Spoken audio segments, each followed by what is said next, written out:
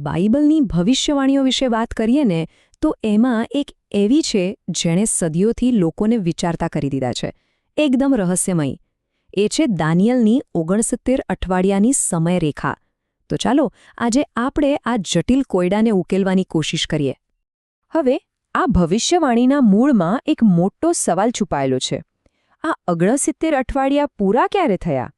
અને આ સવાલના તમે જાણો છો 2 મુખ્ય જવાબો છે અને બંને એકબીજાથી સાવ અલગ છે. તો ચાલો આપણે બંને પર ઊંડાણથી નજર કરીએ. સારું, તો પહેલો મત શું કહે છે?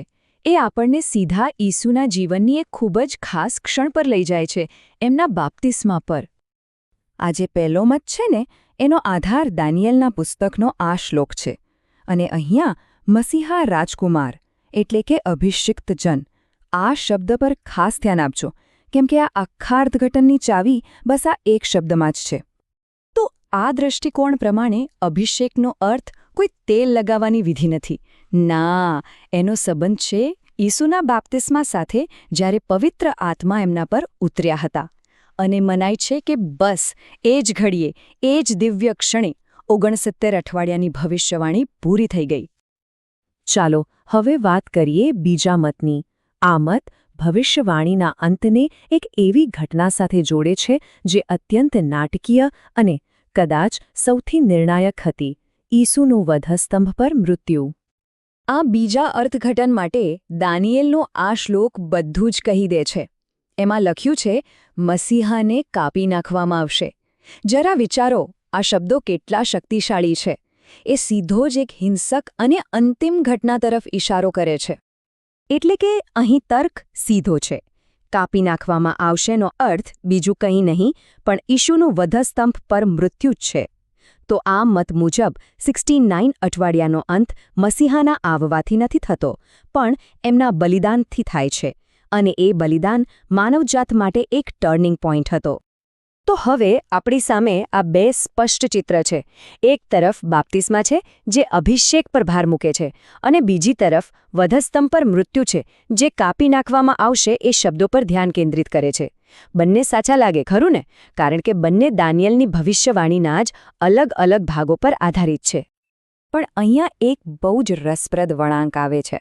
ભલે તમે પહેલો મત માનો કે બીજો, એટલે કે 69 અઠવાડિયાનો અંત બાપ્તિસ્માથી થયો હોય કે વધસ્તંભથી, બંને મંતવ્યો એક વાત પર તો સહેમત છે જ. અને એ વાત એ છે કે એ ઘટના પછી જાણે ભવિષ્યવાણીની ઘડિયાળ અટકી જાય છે અને ખાસ સમયગાળો, એક અંતરાલ શરૂ થાય છે. આ સમયગાળાને જ અંતરાલ અથવા તો ગેપ પીરિયડ કહેવાય છે. સમજો કે આ 69 અઠવાડિયા અને જે અંતિમ 70મું અઠવાડિયું આવવાનું છે એની વચ્ચેનો સમય છે. કેટલો લાંબો છે એ કોઈને ખબર નથી. આ સમયને પેન્ટેકોસ્ટનો યુગ પણ કહેવામાં આવે છે. ઓકે, તો આખી સમયરેખાને એકસાથે જોઈએ તો ચિત્ર સાવ સાફ થઈ જશે. જુઓ, પહેલાં 69 અઠવાડિયા પૂરા થયા, પછી શરૂ થયો આ અંતરાળનો સમયગાળો જે અત્યારે ચાલી રહ્યો છે. ભવિષ્યમાં અંતિમ 70મું અઠવાડિયું આવશે અને એના પછી 1000 વર્ષના રાજ્યની સ્થાપના થશે. આ જે આખું માળખું છે ને એને સમજવું ખૂબ જ જરૂરી છે જો આપણે આખી ભવિષ્યવાણીને સમજવી હોય તો. તો સવાલ એ થાય કે આ અંતરાલનો મતલબ શું? આ સમયગાળો છે શા માટે?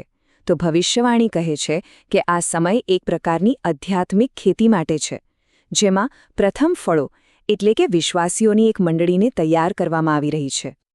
અને આ ખેતીની પ્રક્રિયાને સમજાવવા માટે 2 પ્રકારના વરસાદનું ઉદાહરણ અપાયું છે.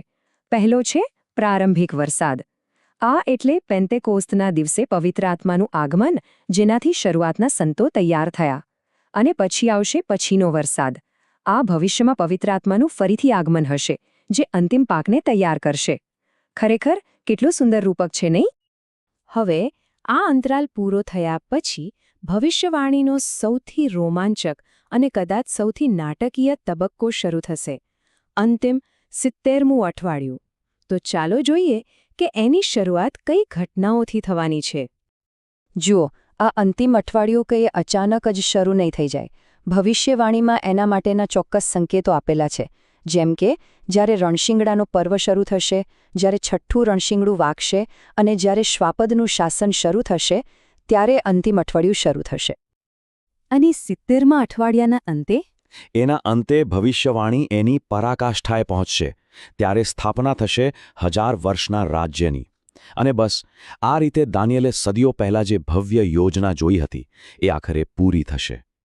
તો આ આખી સમયરેખા સમજ્યા પછી આપણા મનમાં એક મોટો સવાલ રહી જાય છે.